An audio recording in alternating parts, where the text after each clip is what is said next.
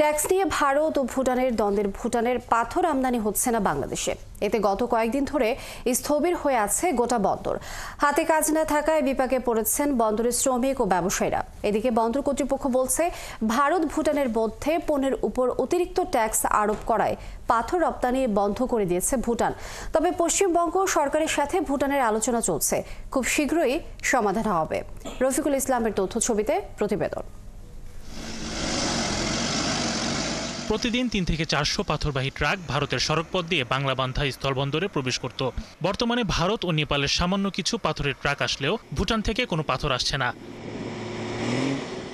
বন্দর সংশ্লিষ্টরা জানান, বর্তমানে ভারতের উপর দিয়ে ভুটানের ট্রাক আসার জন্য অতিরিক্ত ট্যাক্স ও চার্জ ধরায় বাড়তি খরচ হচ্ছে ভুটানের ব্যবসায়ীদের। এজন্য ভুটান থেকে আমদানি করা পাথরের ট্রাকগুলো স্লট বুকিং এর আওতায় আনতে ভারতের ফুলবাড়ী বন্দরে ট্রাক চালকদের আন্দোলন চলছে।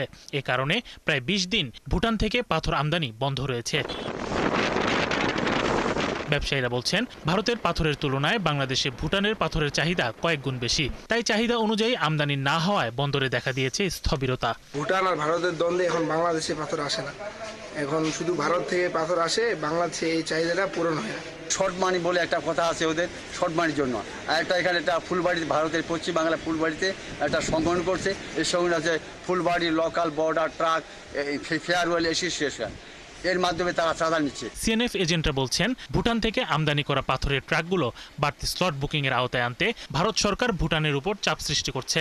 যতক্ষণ পর্যন্ত ভারত গভর্নমেন্ট সুবিধা অ্যাপের টাকা আদায় না করতে পারে, ততক্ষণ পর্যন্ত ভুটান গাড়ি আসতে দিতেছে না। আর শ্রমিকরা বলছেন, ভুটানের পাথর না আসায় বন্দর শ্রমিক সহ অন্যান্য শ্রমিকের কাজ কমে যাওয়ায় বিপাকে পড়েছেন তারা।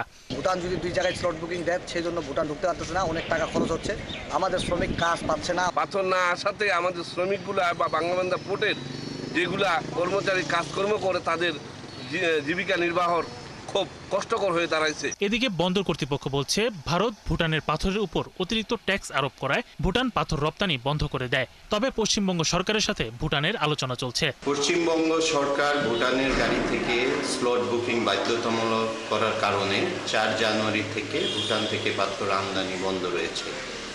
এ বিষয়ে আমরা শুনেছি ভুটান গভর্নমেন্ট এবং ইন্ডিয়ান গভর্নমেন্ট এটা নিয়ে আলোচনা করছে।